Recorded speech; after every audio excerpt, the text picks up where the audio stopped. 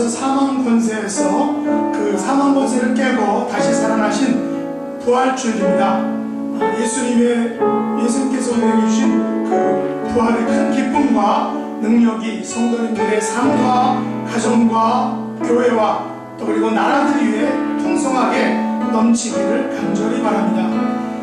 독생자를 이 땅에 보내주신 우리 하나님 아버지께 먼저 감사드리고, 또한 하늘 영광을 버리시고 십자가에서 사랑을 보여주신 그 예수님께 감사드리기 바랍니다. 이 시간 부활의 감격과 권세와 능력을 힘입어서 성령 하나님의 인도하심을 따라서 우리가 다같이 예배 자리로 다같이 나아가기를 간절히 원합니다.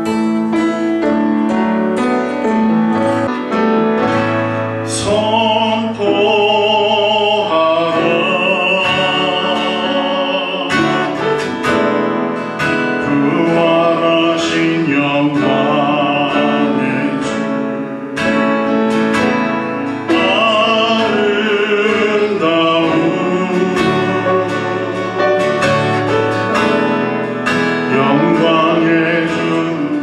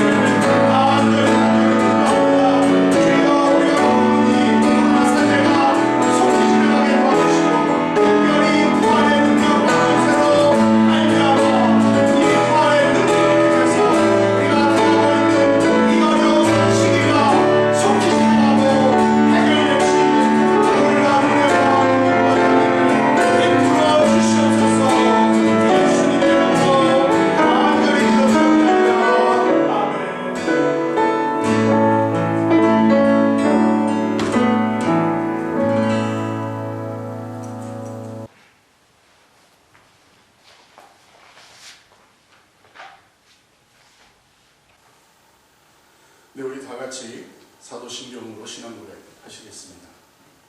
전능하사 천지를 만드신 하나님 아버지를 내가 믿사오며 그 외아들 우리 주 예수 그리스도를 믿사오니 이는 성령을 잉태하사 동정녀 마리아에게 나시고 본디오 빌라도에게 고난을 받으사 십자가에 못 박혀 죽으시고 장사한 지 사흘 만에 죽은 자 가운데서 다시 살아나시며 하늘에 오르사 전능하신 하나님 우편에 앉아 계시다가 저리로서 사한 자와 죽은 자를 심판하러 오시리라. 성령을 믿사오며 거룩한 공회와 성도와 서로 교통하는 것과 죄를 사하여 주시는 것과 몸이 다시 사는 것과 영원히 사는 것을 믿사옵나이다. 아멘.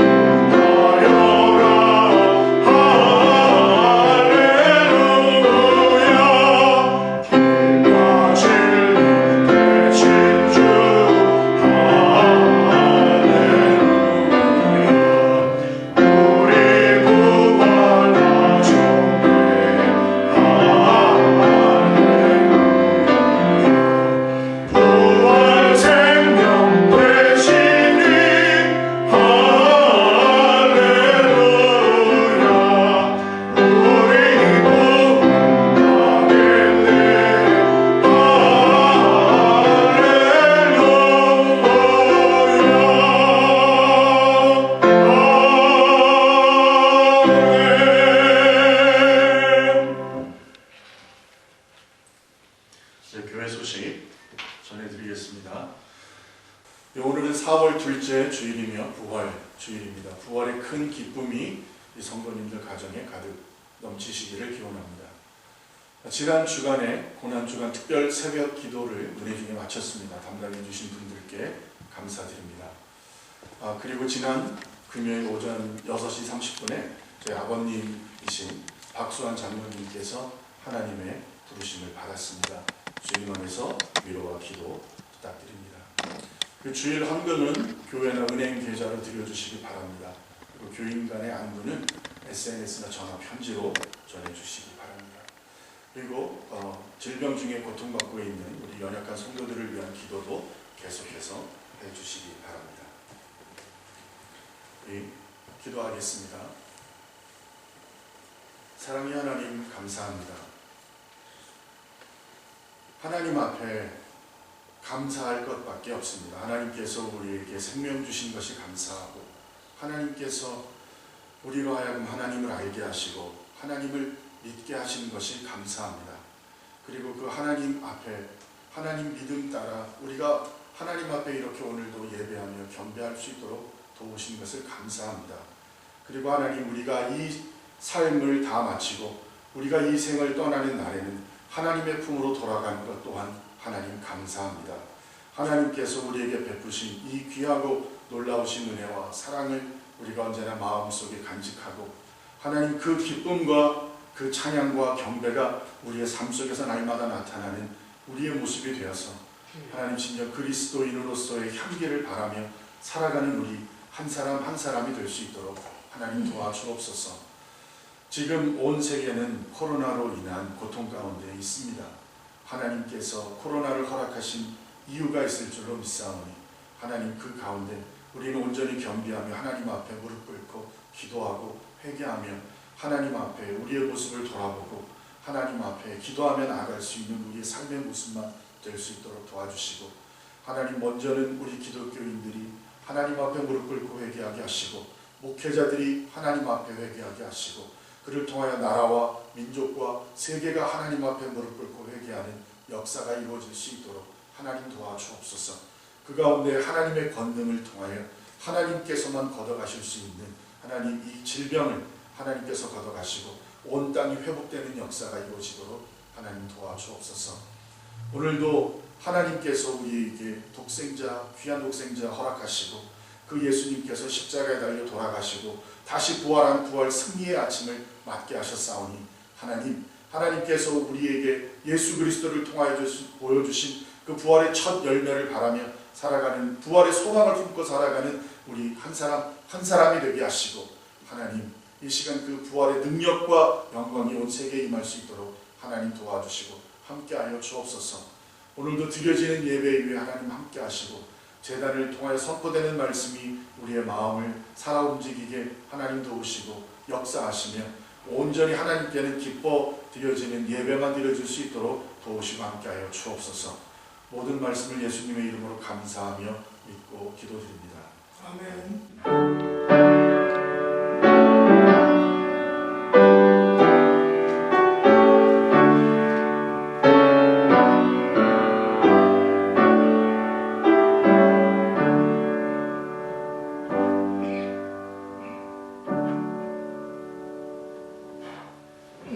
성경 말씀 보시겠습니다.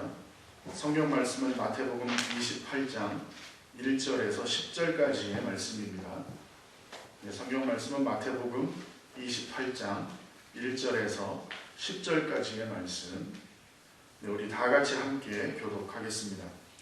안식일이 다 지나고 안식 후 첫날이 되려는 새벽에 막달라 마리아와 다른 마리아가 무덤을 보려고 갔더니 큰 지진이 나며 주의 천사가 하늘로부터 내려와 돌을 굴려내고 그 위에 앉았는데 그 형상이 번개같고 그 옷은 눈같이 희번을 지키던 자들이 그를 무서워하여 떨며 죽은 사람과 같이 되었더라. 천사가 여자들에게 말하여 이르되 너희는 무서워하지 말라. 십자가에 못 박히신 예수를 너희가 찾는 줄을 내가 아노라. 그가 여기 계시지 않고 그가 말씀하시던 대로 살아나셨느니라. 와서 그가 누우셨던 곳을 보라. 또 빨리 가서 그의 제자들에게 이르되 그가 죽은 자 가운데서 살아나셨고 너희보다 먼저 갈릴리로 가시나니 거기서 너희가 배우리라 하라. 보라 내가 너희에게 일렀느니라 하거늘. 그 여자들이 무서움과 큰 기쁨으로 빨리 무덤을 떠나 제자들에게 알리려고 다른질할세. 예수께서 그들을 만나 이르시되 평안하냐 하시거늘 여자들이 나아가 그 발을 붙잡고 경배하니 이에 예수께서 이르시되 무서워하지 말라. 가서 내 형제들에게 갈릴리로 가라 하라. 거기서 나를 보리라 하시니라. 아멘. 이 시간 특송 듣겠습니다. 성도 여러분, 코로나를 이기고 우리 다시 만날 줄 믿습니다. 해피 이스터.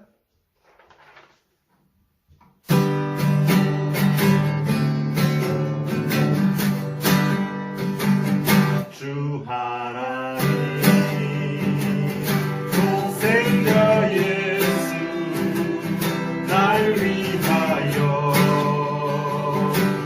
오시었네. 내 모든 죄 다 사하시고 주의 소금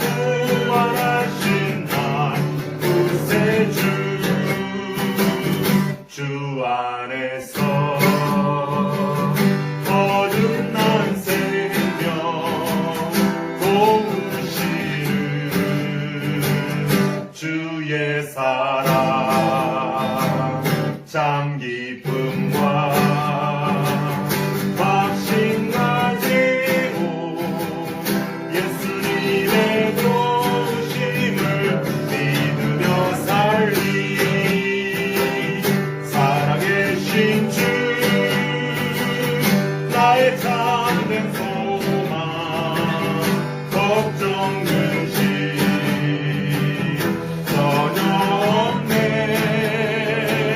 사랑의 주내 갈 길인 너니 내 모든 삶의 기쁨 늘 충만하네. 그 언젠가 주 될 때까지 주를 위해 싸우리라. 승리의 길 멀고 험해도 주님께서 나의 앞길 지켜주시니 살아계신 주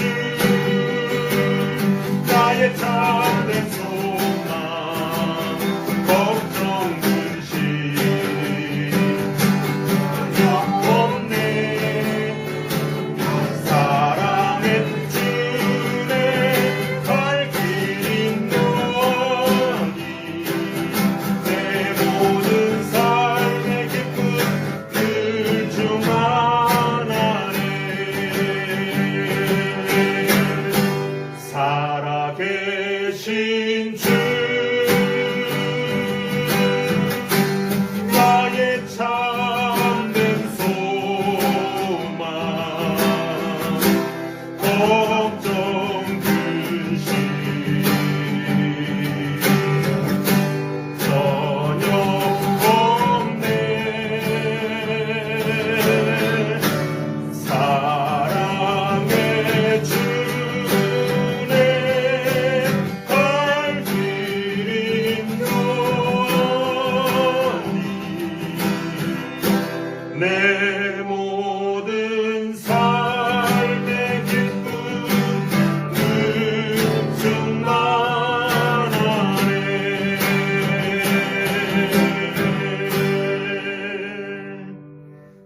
할렐루야. 우리 함께 나눌 말씀의 제목은 평안하냐입니다. 우리는 사람을 만나면 반갑게 인사를 나누죠. 한국식 인사는 안녕하십니까? 식사를 하셨습니까? 또 잘 주무셨습니까? 라고 이렇게 인사하죠. 서양에서는 굿모닝, 또 하이, 그 다음에 또 가까운 사람들은 와서 이렇게 표현을 통해서 인사를 합니다. 하지만 이 모든 인사들에 있어서 가장 중요한 의미는 어떤 것일까요? 바로 그것은 평안하냐라는 사실입니다. 동양식이든 서양식이든 모든 막론하고 밤사이에 별일 없이 오늘도 살아있느냐라는 것이겠죠. 그런 의미에서 제가 개인적으로 좋아하는 인사말은 이 성경에서 나오는 말 중에 하나 바로 샬롬입니다. 성경에서 말하는 이 샬롬은 단지 우리의 몸만 안녕한 것이 아니라 또 밤사이에 어떻게 되지 않고 살아있느냐 하는 것이 아니라 몸과 마음과 또 환경, 이 모든 것들, 우리 주변의 모든 것들, 총체적인 안녕을 묻는 인사말이기 때문이죠. 오늘날 우리들은 이 코로나 사태를 맞아서 더더욱 총체적인 안녕인 샬롬이 절실하게 필요한 때인 것 같습니다. 본문 말씀해 보시면 부활하신 예수님께서 막달라 마리아와 다른 마리아를 만나서 평안하냐라고 이렇게 묻죠. 과연 이 두 여인은 예수님께서 평안하냐라고 이렇게 물으셨을 때 과연 두 여인은 평안한 상태였을까 하는 것입니다. 아니 이 두 여인은 예수님으로부터 진정한 평안을 얻었느냐라는 것입니다. 오늘 이야기는 안식일이 지난 안식구 첫날 즉 주일날 새벽에 생긴 일입니다. 만일 예수님께서 안식일에 부활하셨다면 어떻게 되었을까요? 만일 그랬다면 모두가 혼돈에 빠졌을 것입니다. 왜냐하면 유대인들의 안식일 규례에 따르면 안식일에 해서는 안 되는 일들이 무려 39가지가 되기 때문입니다. 유대인들은 안식일에 일하지 않기 위해서 이 39가지나 되는 금지 사항을 꼭 반드시 지켜야 했던 것입니다. 대표적인 것들로는 우선 집안일들이 있겠죠. 또 목축이나 농사일들이 있겠죠. 이런 것들을 금했습니다. 그런데 그 구체적인 일들을 보면 반죽과 빵 굽는 일, 두 개의 실을 엮는 일과 그 두 개의 실을 푸는 일, 두 글자를 쓰는 일과 그 두 글자를 쓰기 위해서 두 글자를 지우는 일, 또 불을 끄는 일과 불을 켜는 일, 물건을 이곳에서 다른 곳으로 옮기는 그런 일들을 금지했다는 것입니다. 매우 구체적이죠. 특히 에세네파 사람들은 바리새인들이나 보통 유대인들보다 더 엄격하게 그 안식일 규례를 지켰는데 이동 거리를 보통 랍비들은 안식일 날 1km 이상 못 가게 했습니다. 그런데 이 에세네파 사람들은 자기들은 500m를 가지 못하게 그렇게 더 철저하게 안식일 규례를 지켰다는 것이죠.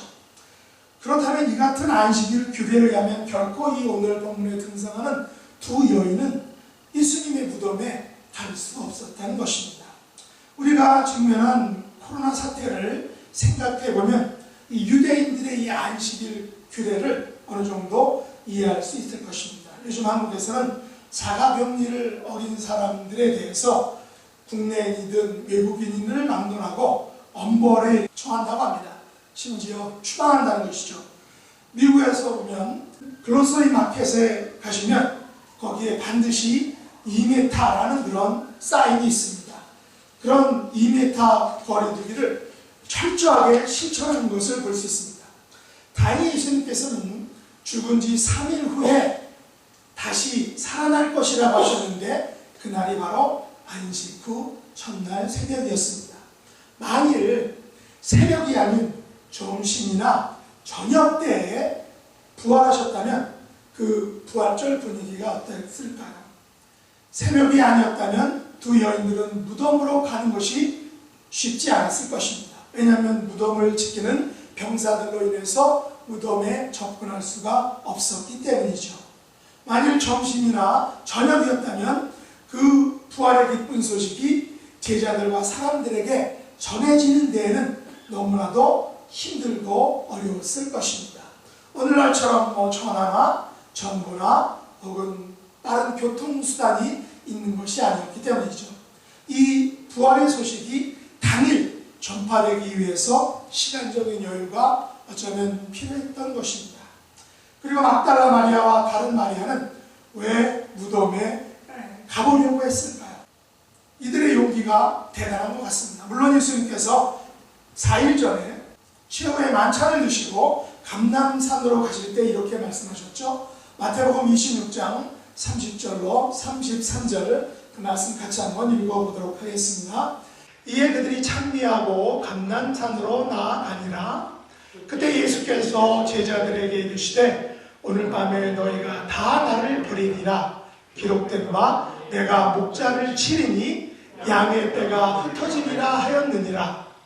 그러나 내가 살아난 후에 너희보다 먼저 갈릴리로 가리라. 베드로가 대답하여 이르되 모두 주를 버릴지라도 나는 결코 버리지 않겠나이다. 예수님께서 만찬을 드시고 감람산으로 가시면서 제자들에게 오늘 밤에 너희가 다 나를 버리리라 라고 이렇게 하셨습니다. 이것은 마치 목자를 심으로 양떼가 흩어지는 것과 같다는 것입니다. 그러나 다시 살아나신 후에 먼저 갈릴리로 가시겠다라고도 말씀하셨습니다. 그렇다면 제자들은 예수님의 이런 말씀을 어떻게 들었을까요? 제자들은 자신들이 예수님을 배반한다는 말씀을 가볍게 들은 것은 아닐까요? 예수님께서 다시 살아나신 후에 먼저 갈릴리로 가신다라는 그 말을 정확하게 들은 걸까요? 제자들은 아니 베드로만이라도 예수님의 고난과 죽음과 부활에 대해서 분명하게 들었습니다. 왜냐하면 베드로가 모두 주를 버릴지라도 나는 결코 주를 버리지 않겠다라고 장담했기 때문입니다. 하지만 정작 예수님께서 잡히시고 고문당하시고 또 십자가에서 못 박히시기 위하여 기나긴 골고다 언덕길을 걸어가시는 동안 제자들은 과연 어디에 있었느냐 하는 것입니다. 그런데 오늘 본문에 막달라 마리아와 다른 마리아는 예수님이 묻히신 그 무덤에 새벽같이 달려갔다는 것입니다. 오늘 본문 말씀 1절 한번 같이 읽어보도록 하겠습니다. 안식일이 다 지나고 안식 후 첫날이 되려는 새벽에 막달라 마리아와 다른 마리아가 무덤을 보려고 갔더니, 마가복음 16장에 의하면 이 막달라 마리아와 야고보의 어머니 마리아와 살로메 이 세 명의 여인들은 예수님께 향품을 바르기 위해서 갔다라고 이렇게 기록합니다. 이 세 명의 여인들은 누구입니까? 7 귀신 들렸던 여인인 막달라 마리아, 작은 야고보와 요새 어머니 마리아, 그리고 세베대의 아내이자 야고보와 요한의 어머니인 살로메였습니다. 이 마가복음에 의하면 안식일날 저녁에 향품을 미리 사두고 그것을 예수님에게 바르기 위하여 다음날 새벽에 갔다는 것입니다. 그렇다면 이들은 예수님의 부활을 어쩌면 확신하지 못한 상태에서 무덤을 갔을지 모릅니다. 하지만 이 마태복음 기자는 구체적으로는 언급하지 않고 다만 이 2명의 여인이 예수님의 무덤을 보려고 갔다고 했습니다. 이들은 왜 무덤에 갔을까요? 저는 이 마태복음 기자가 강조한 무덤을 보려고 갔다는 말에서 그 답을 찾고자 합니다. 이 2명의 마리아는 예수님께서 말씀하신 것이 그런가 아닌가를 알아보려고 용기를 내서 무덤에 갔을 것입니다. 예수님께서 4일 전에 최후의 만찬을 마치시고 감난산을 가실 때 제자들의 배반과 함께 예수님의 죽음과 부활을 살짝 언급하셨습니다. 아마도 이 2 여인은 바로 그 4일 전에 예수님께서 하셨던 그 다시 살아나실 것이라는 그 말씀을 자신들의 2 눈으로 확인하려고 먼 길, 로마 병정들이 지키고 있는 그 예수님의 무덤을 향하여 새벽에 길을 나섰던 것은 아닐까요? 그렇다면 이 2 여인의 용기는 대단한 것입니다. 남자들에 비해서 여자분들은 섬세한 면이 있죠. 물론 예외는 있을 수 있지만 남자들은 대충 듣는 경향이 많습니다. 그러나 여자분들은 잘 흘려 듣지 않습니다. 이 2명의 마리아는 예수님께서 하신 말씀이 사실인지를 자기들이 눈으로 확인하려 했을지 모른다는 것입니다. 그렇다면 왜 다른 제자들은 무덤에 갈 생각을 못했을까요? 적어도 베드로만이라도 자기가 한 말에 책임을 져야 하지 않을까요? 그는 4일 전에 이렇게 말했지 않습니까? 모두 주를 버릴지라도 나는 결코 버리지 않겠습니다. 그러나 이 베드로는 사실 예수님께서 가진 고난과 핍박을 당하신 것을 목격할 때 어떻게 했습니까? 닭이 2번 울기 전에 3번이나 예수님을 모른다고 부인했습니다. 그렇다면 아마도 창피하고 얼굴이 후끈거려서 무덤에 가볼 생각, 무덤에 갈 엄두를 못 내었을지도 모릅니다. 사실 이 기독교 역사의 큰 흐름들은 여인들의 믿음에서 출발한 것들을 볼 수 있습니다. 대표적인 것이 구약의 에스더이죠. 사사기에 나오는 그 위대한 여자 사사들입니다. 한국교회가 빠르게 성장할 수 있었던 이유도 바로 여자 성도님들의 헌신과 봉사가 큰 역할을 했던 것입니다. 우리 교회나 이 모든 이민 교회들도 아마 마찬가지일 것입니다. 하나님의 교회는 여자 성도님들의 이 헌신적인 섬김을 통해서 초대교회에도 또 오늘날도 발전해 왔습니다. 이분들의 헌신은 하나님 앞에서 서실 때에 엄청난 상급과 칭찬을 받게 될 것입니다. 오늘 본문에서 부활절 새벽에 무덤 주변에서 어떤 일이 일어났다라고 말합니까? 큰 지진이 났습니다. 지진은 오늘날 과학적으로 설명하자면 일반적으로 지구 내부에 작용하는 응력에 의해서 지구 외곽의 일부가 변형되거나 순간적으로 파쇄되며 탄성 에너지를 방출할 때 발생하는 그 구조 지진이다 라고 이렇게 말합니다. 한마디로 지진의 원인은 탄성의 움직임 때문이라는 것이죠. 단층에 의한 지반의 교차가 수십 킬로에 걸쳐서 나타나기도 하고 해안이 수미터나 융기 이렇게 올라오는 거죠. 혹은 침단, 가라앉는 것을 통해서 생기는 현상이 바로 이런 지진이라는 것이죠. 하지만 본문에 나타난 이 큰 지진은 그 직접적인 원인이 하나님께서 특정한 상황 가운데서 일으키신 의도된 지진이다라는 사실입니다. 이 지진은 우리가 보통 경험하는 강도 3이나 4의 그런 가벼운 지진이 아니라는 것입니다. 성경 기자들은 큰 지진이다라고 이렇게 설명합니다. 그렇다면 이 지진은 예수님의 부활 사건을 드러내기 위해서 특별하게 나타난 지진이다라는 것입니다. 그래서 큰 지진은 부활로 인한 지진, 그래서 부활의 상징이라는 것입니다.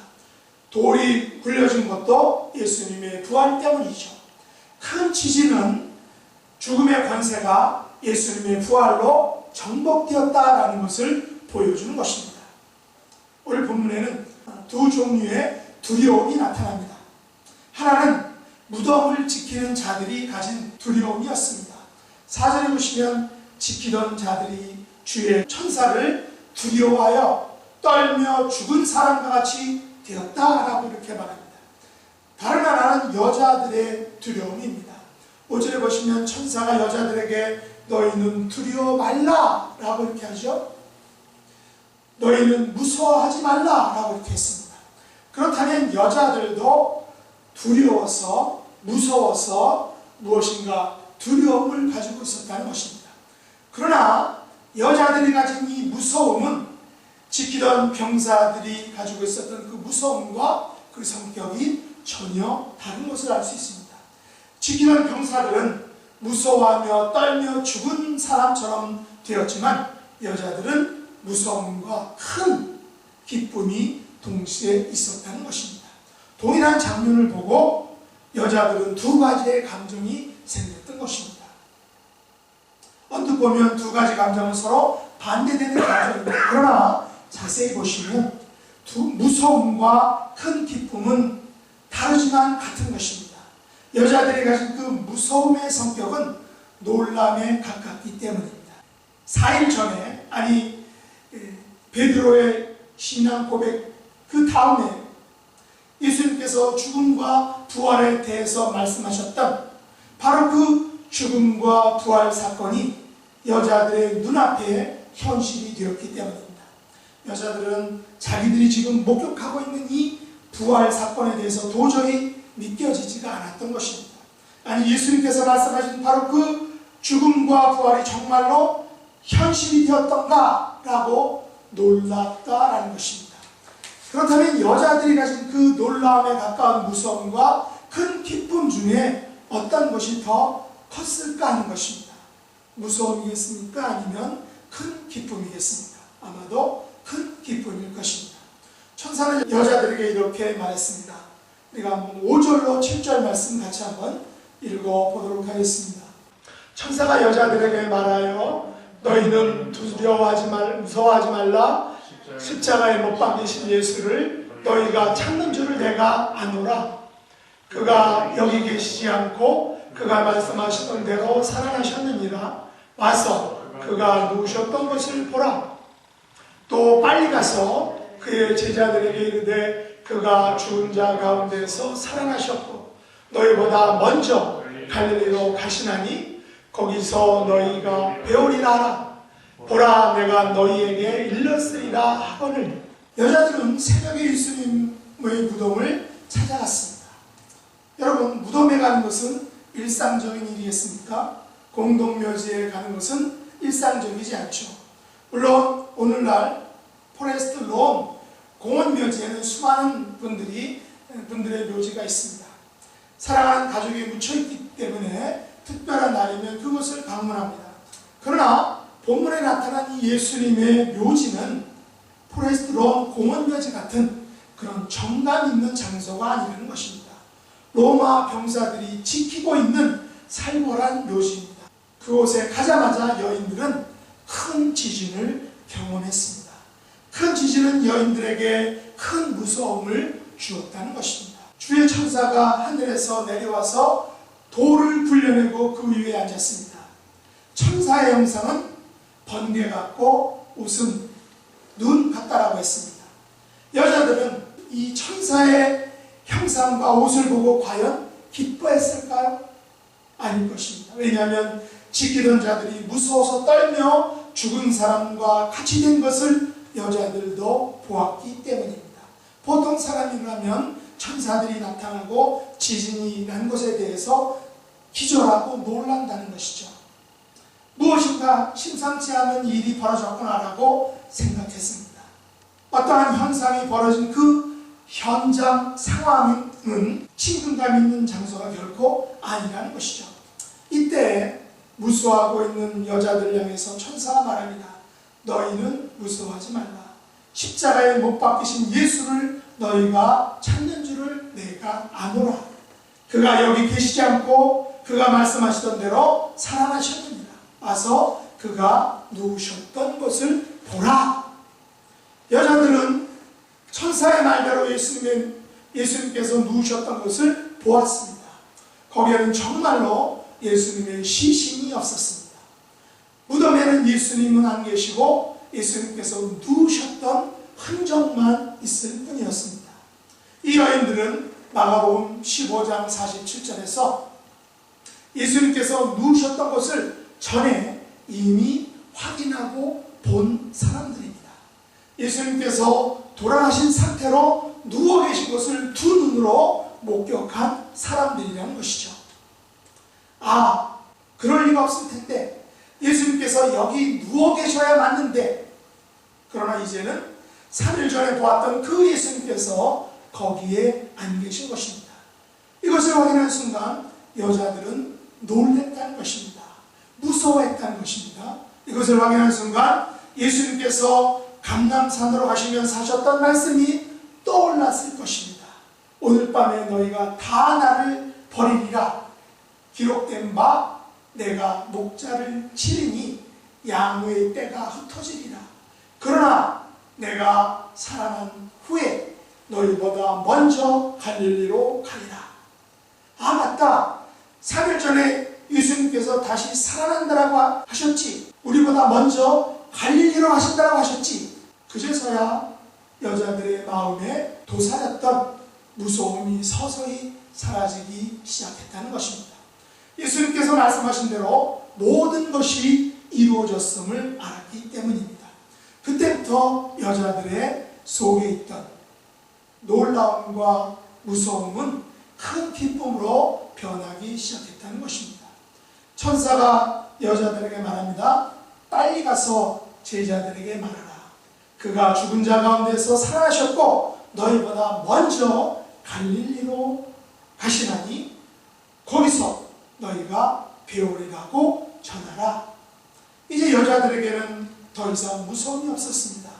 처음의 놀람과 무서움은 이제 큰 기쁨으로 변했기 때문입니다. 여자들은 큰 기쁨을 가지고 무덤을 떠나 제자들에게로 달려갑니다. 마태복음 기자는 제자들에게 알리려고 다름질했다라고 이렇게 표현하고 있습니다.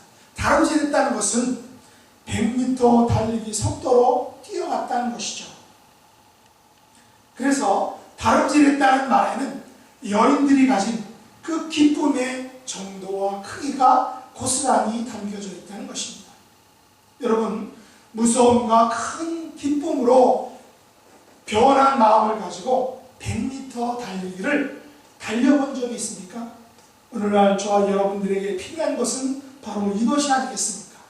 예수님의 부활 소식을 듣고 알고 깨닫고 그 사실이 너무 기쁘고 좋아서 그것을, 그 복된 소식을 다른 사람들에게 전하기 위해서 100m 달리기를 하는 우리의 모습, 이것이 우리가 가져야 할 모습은 아닐까 하는 것입니다. 이 같은 부활의 큰 기쁨과 감격이 오늘 우리 안에 있게 해달라고 우리가 주님께 기도해야 될 것입니다. 여기까지 핵심이 어떤 것일까요? 바로 예수님의 빈 무덤입니다. 이 빈 무덤은 우리의 믿음의 핵심이고 우리 믿음의 증거입니다. 3일 전에 십자가에서 못 박히신 예수님께서 지금 무덤 안에 안 계시다는 것입니다. 다시 살아나신 것입니다. 천사는 여자들에게 빈 무덤을 보여주었습니다. 만일 천사가 여자들을 예수님께서 누워 계신 곳으로 안내하면서 여자들에게 너희들이 가져온 향품을 예수님에게 골고루 발라드려라 라고 했다면 어떻게 됐을까요? 만일 그랬다면 여자들은 마가의 다락방에서 바의 향유를 부어드린 것에 이어서 이제는 돌아가신 그 예수님의 몸에 향유를 발라드리는 그저 좋은 일, 선한 일을 했을 것입니다. 만약 그렇게 했다면 여자들은 오늘에 맛보았던 그 큰 기쁨을 결단코 소유하지 못했을 것입니다. 그러나 여자들은 그 십자가에 못 박히고 돌아가신 그 예수님을 보지 못했다는 것입니다. 여자들이 본 것은 무엇이었습니까? 빈 무덤이었습니다. 텅 빈 무덤이었습니다. 이것이 바로 그들이 받은 축복인 것입니다. 빈 무덤이 바로 저와 여러분들이 가진 가장 소중한 값진 축복의 증거이고 상징인 것입니다. 예수님의 무덤이 텅 비어있기 때문에 저와 여러분이 부활의 큰 기쁨을 소유할 수 있는 것입니다.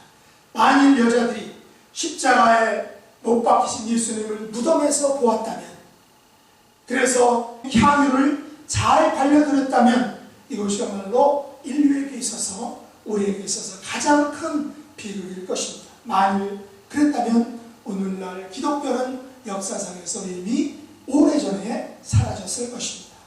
하지만 다행히도 여자들은 무덤에서 예수님을 보지 못했습니다.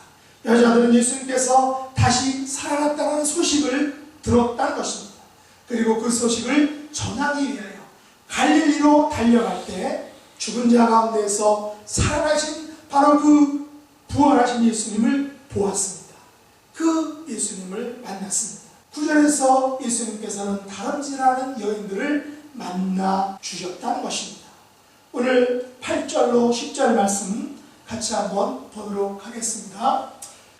그 여자들이 무서움과 큰 기쁨으로 빨리 무덤을 떠나 제자들에게 알리려고 다름질할새 예수께서 그들을 만나 이르시되 평안하냐 하시거늘 여자들이 나아가 그 발을 잡고 경배하니 이에 예수께서 이르시되 무서워하지 말라 가서 내 형제들에게 갈릴리로 가라 하라 거기서 나를 보리라 하시니라. 여기 보시면 여자들이 예수님을 만난 것이 아닙니다. 예수님께서 능동적으로 여자들을 만나 주신 것입니다. 예수님께서 먼저 인사를 하십니다. 안녕하냐? 헬라어로 카이레테, 영어로는 beware, greetings. 근데 그 의미는 환호하면서 부르는 인사말입니다. 이것을 히브리식 인사말로 바꾸면 샬롬.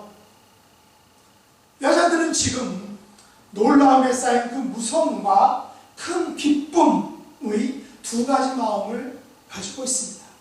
그런데 예수님께서 먼저 다가오셔서 평안하냐, 샬롬, 카이네테, 그리팅스 라고 인사를 하십니다.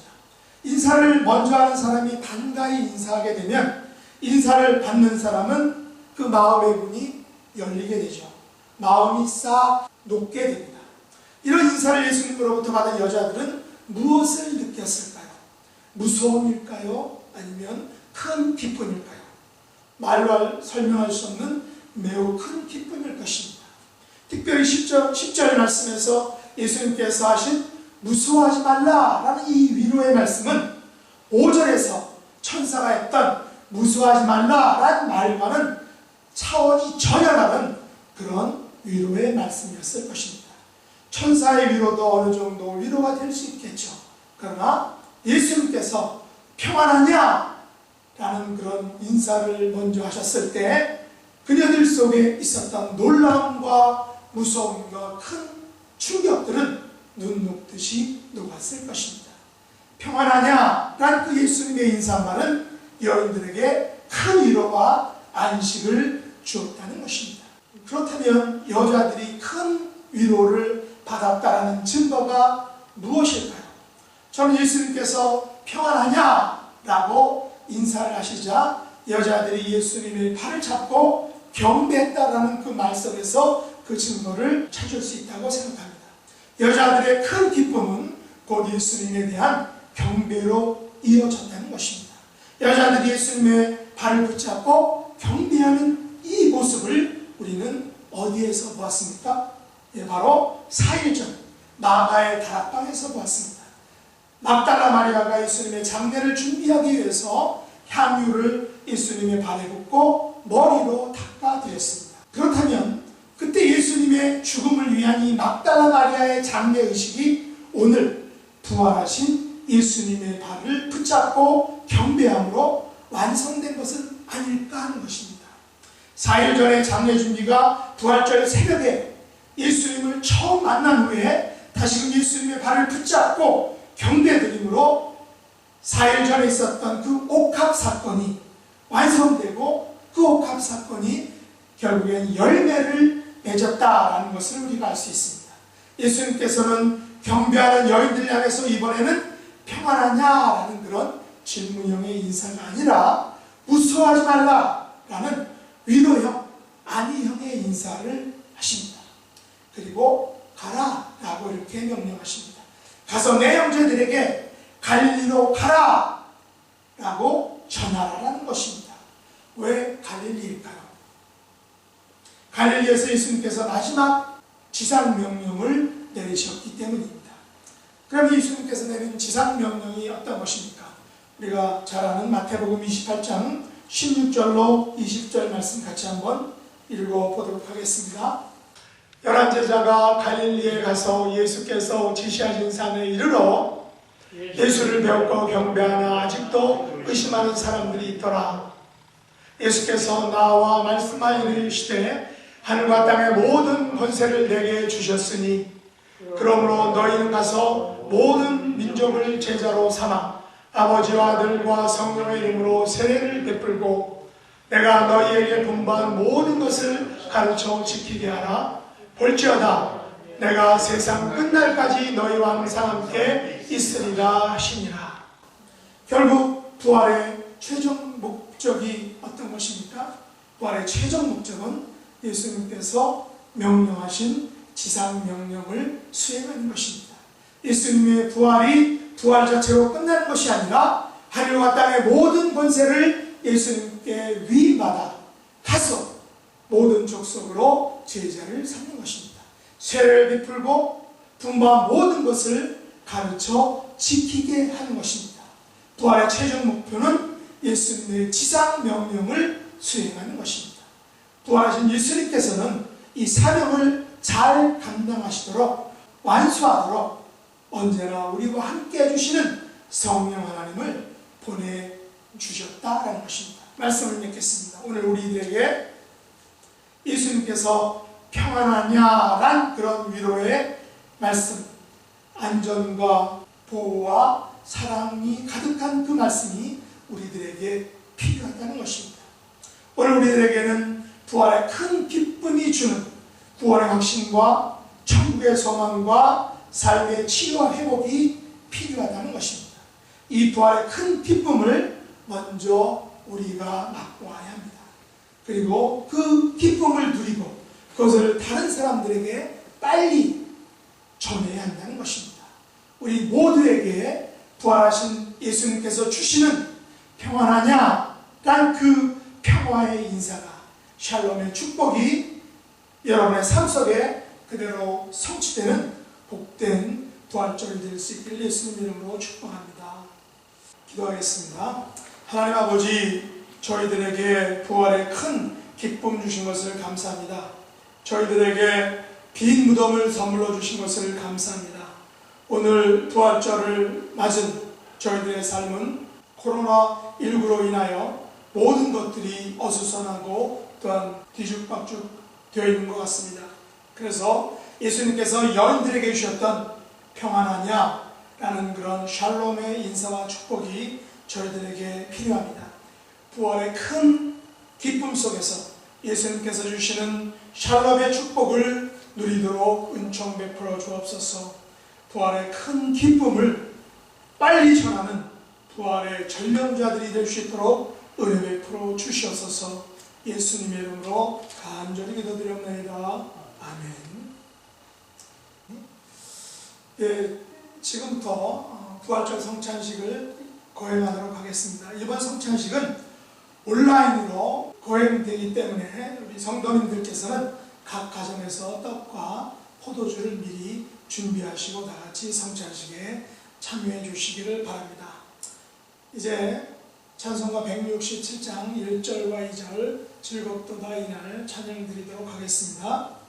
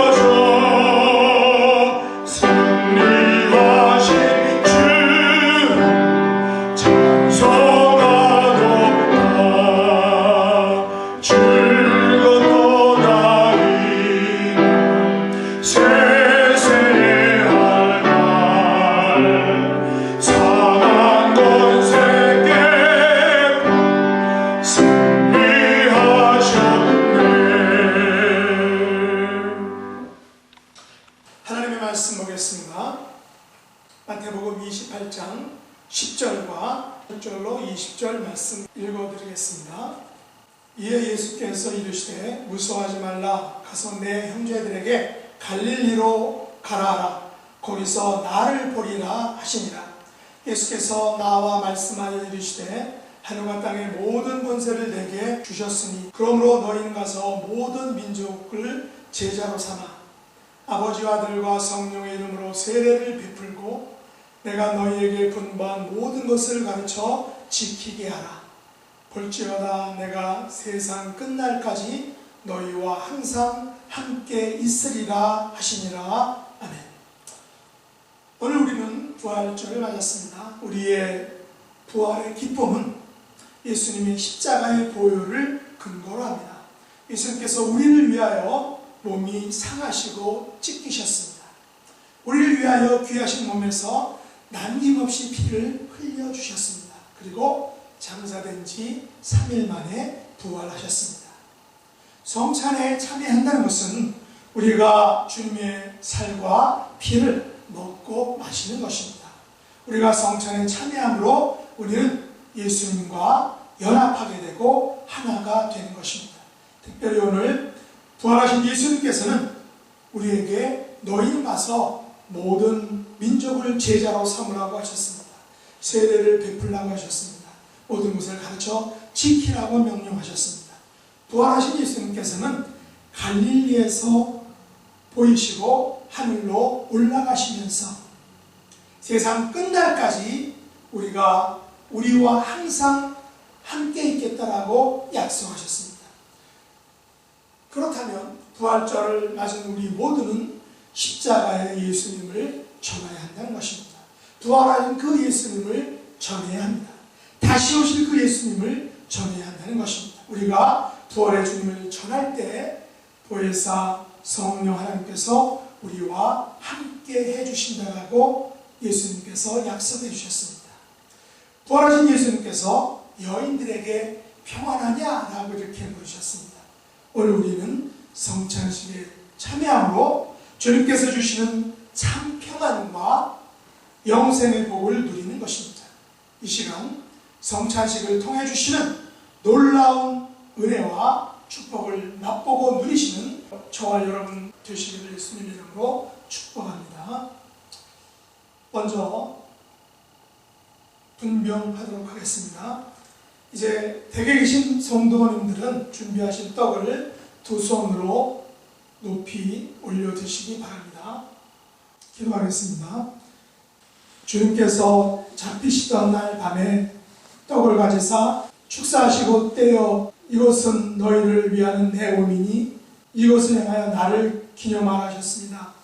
주님의 명령을 따라 떡을 떼어 나누고자 하오니 이 떡이 우리를 위하여 주시는 영생의 떡임을 알 수 있도록 하나님 은총 베풀어 주옵소서. 예수님의 이름으로 간절히 기도드렸나이다. 아멘. 다 같이 떡을 드시겠습니다. 예수께서 이르시되 나는 생명의 떡이니 내게 오는 자는 결코 줄이지 아니할 터이요 나를 믿는 자는 영원히 목마르지 아니하리라. 나는 하늘에서 내려온 살아있는 떡이니 사람이 이 떡을 먹으면 영생하리라. 내가 줄 떡은 곧 세상의 생명을 위한 내 살이니라 하시니라. 이어서 분전하겠습니다. 댁에 계신 성도님들은 준비하신 잔을 두 손으로 이렇게 높이 드시기 바랍니다. 다 같이 기도드리겠습니다. 우리 예수님께서 식후에 또한 그와 같이 잔을 가지사 축사하신 후에 제자들에게 주시면서 이렇게 말씀하셨습니다. 이 잔은 내 피로 세운 새 언약이니 이것을 행하여 마실 때마다 나를 기념하라 라고 이렇게 말씀하셨습니다. 하나님 아버지, 주님의 명령을 의지하여 주님의 잔을 받으려고 하오니 우리를 위하여 십자가에서 흘리신 보혈의 공로를 의지하는 삶을 살게 해 주시고 주님의 죽으심과 부활을 땅끝까지 증거하는 하나님의 백성들이 될 수 있도록 은총 베풀어 주옵소서. 주님의 보혈의 능력과 권세를 통하여 육신의 질병과 영적인 아픔을 겪는 모든 백성들을 깨끗하게 회복시켜 주시고 고쳐 주시옵소서. 예수님의 이름으로 간절히 기도드렸나이다. 아멘. 다 같이 잔을 드시겠습니다.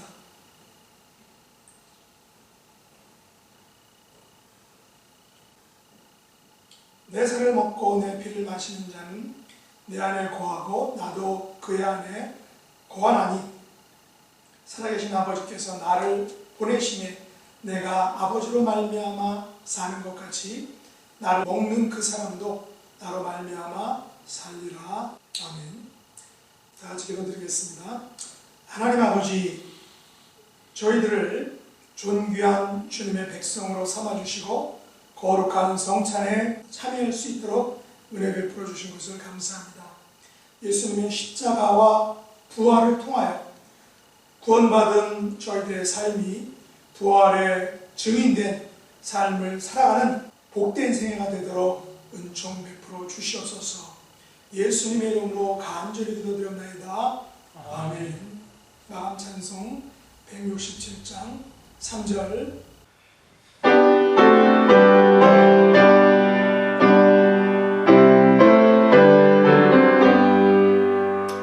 주의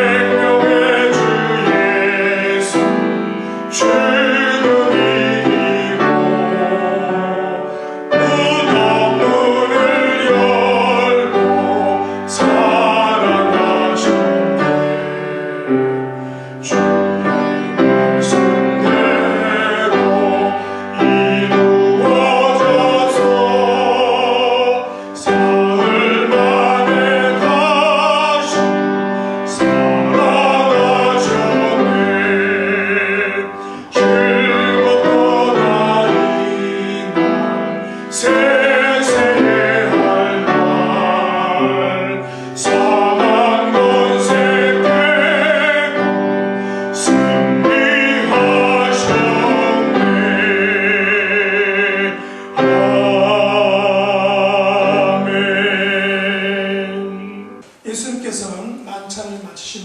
찬미하며 감람산으로 나아가셨습니다.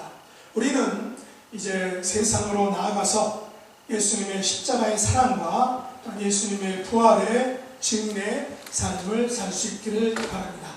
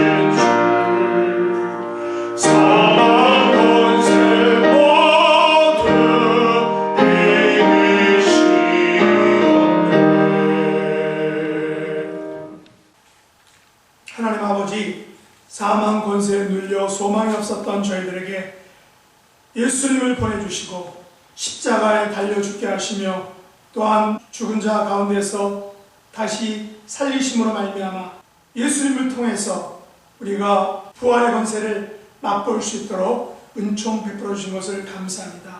지금 저희들이 처한 오늘의 현실은 어둡고 또한 끝이 희미한 것 같지만 부활의 능력과 권세를 덧입어서 승리하는 믿음으로 나아갈 수 있도록 축복해 주시옵소서.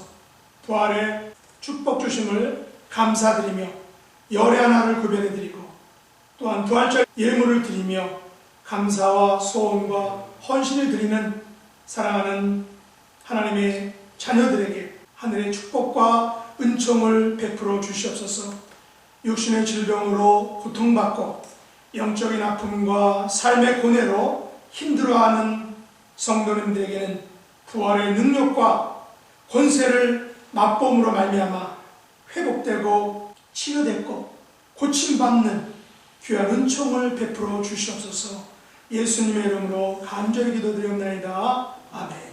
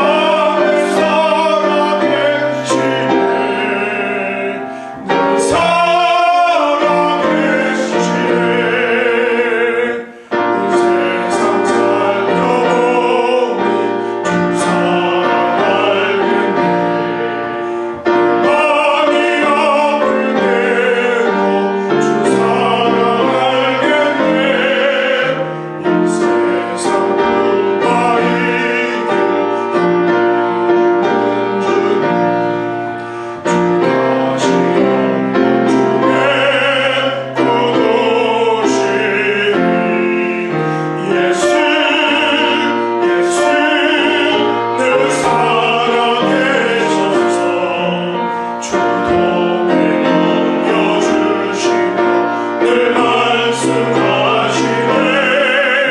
예수 예수 내 구세주 예수 내 맘에 살아계시네.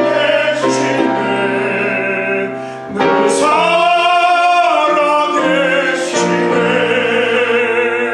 주님의 성도들아 다 기쁜 소리로 예수 우리 함께 다 찬양 드리세. 세상 소망이요 진진 되시네. 주 예수 영원토록 찬양하세. 예수 예수 늘 살아계셔서 주동에 하여 주시며 늘 말씀하시네. 예수 예수 내 구세주 예수 내 맘에 살아계시네. 늘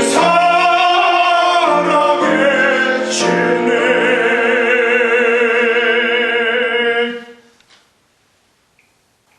이제는 부활의 능력과 권세를 가지신 우리 주 예수 그리스도의 은혜요 독생자를 십자가에 내어주시기까지 우리를 사랑하신 하나님 아버지의 다함이 없는 사랑하심과 성령 하나님의 교통하심과 치유하심이 주님께서 주신 평안함과 두려움이 없는 마음을 가지고 돌아가는 하나님의 백성들 머리 위에 이제로부터 영원 무궁토록 함께 있을지어다.